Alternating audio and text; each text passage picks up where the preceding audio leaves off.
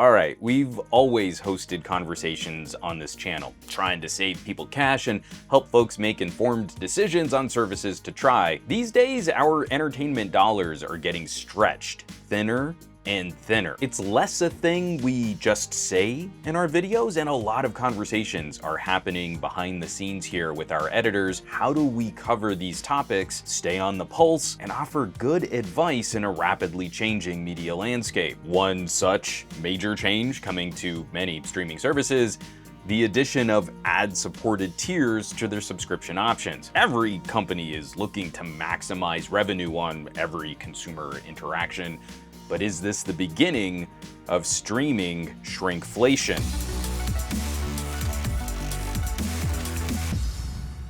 And while you're talking to your family about which streaming services to keep and which to drop, we of course hope you're keeping up with all the work here on Reviews.org. Hit those subscribe options down below, give us a follow around the socials, and check out the home site, Reviews.org. We have a great team here making you awesome content, and you don't want to miss out on those fun contests and challenges. Boy, howdy, do we get tons of comments and interactions on streaming services videos. We can play into those cute little phrases like, "the streaming fatigue is real." But genuinely, the current market is proving unsustainable. Way too many subscriptions to keep track of, increasing costs, confusing bundles, and at some point, we all just run out of time to consume the content. We're seeing some diminishing returns. It matters a little less if every streaming service has amazing shows to watch if I literally can't find more time to watch them all. I've been binging a number of Netflix shows at 1.5 times speed. It's not quite as satisfying a viewing experience. So what's an intrepid media service to do? How can they encourage more signups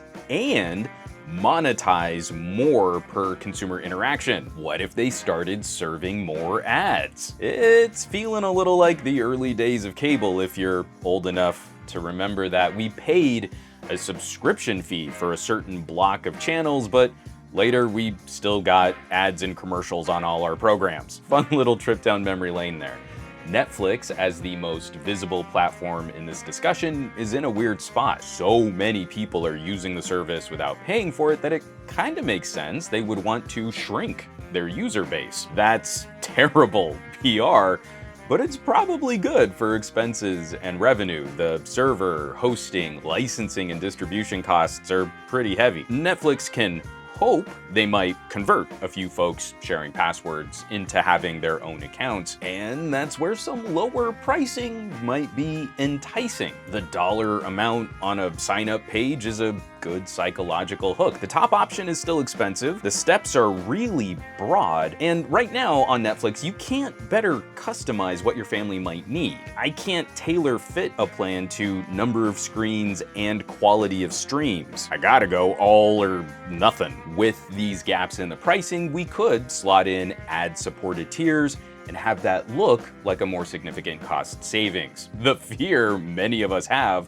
on a service that's already pretty spendy is that Netflix will use the current prices for ad tiers and then make ad-free even more expensive. Like so many consumer services now, we end up paying more not for better service, but just to get hassled less. I call that the airline strategy. Let's just keep charging more for basic human dignity. But I digress. I believe Netflix would keep their current tiers and charge less for ads, but there's no guarantee they won't raise prices over time if they see any success in this strategy. To even begin to predict, we'd need better data on a service like Hulu, get a little peek behind the scenes and see how many subscribers pay to remove ads on Hulu originals. There's just too much money involved for ad-free to remain the default. Disney is perfectly content to wait out the market, maybe even offer streaming at a loss, just subsidized by the rest of their media empire, and let Netflix walk an unpopular trail first. They'll sit back, let Netflix take the PR hit, and then quietly every other service will piggyback on the same model after the initial Netflix fury has died down. But I don't think it's controversial to say that the writing is on the wall.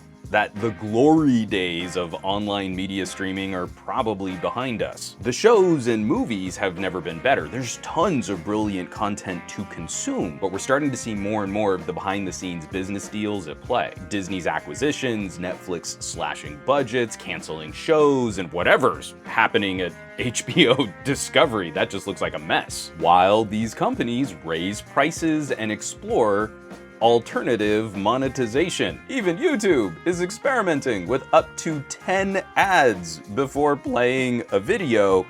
It definitely feels like we're getting squeezed. So this isn't a traditional example of shrinkflation, but we're either getting the same product at a higher cost, or more of our time is used trying to watch the same content. And I don't really see where there's a consumer-facing solution to this trend. Increasingly, with my family and friends, I'm pushing harder and harder for people to cycle their services. We can lose track pretty quick how much all this stuff costs. As an example, if you rent a single new release movie, that can cost as much as 20 bucks. Instead, we could rent a streaming catalog or two for a whole month for the same price as a new release. Putting those dollars into perspective, a movie versus an entire streaming catalog, that still looks like a pretty good deal for most streaming services. The tricky part is knowing that some platforms like Disney are going to give you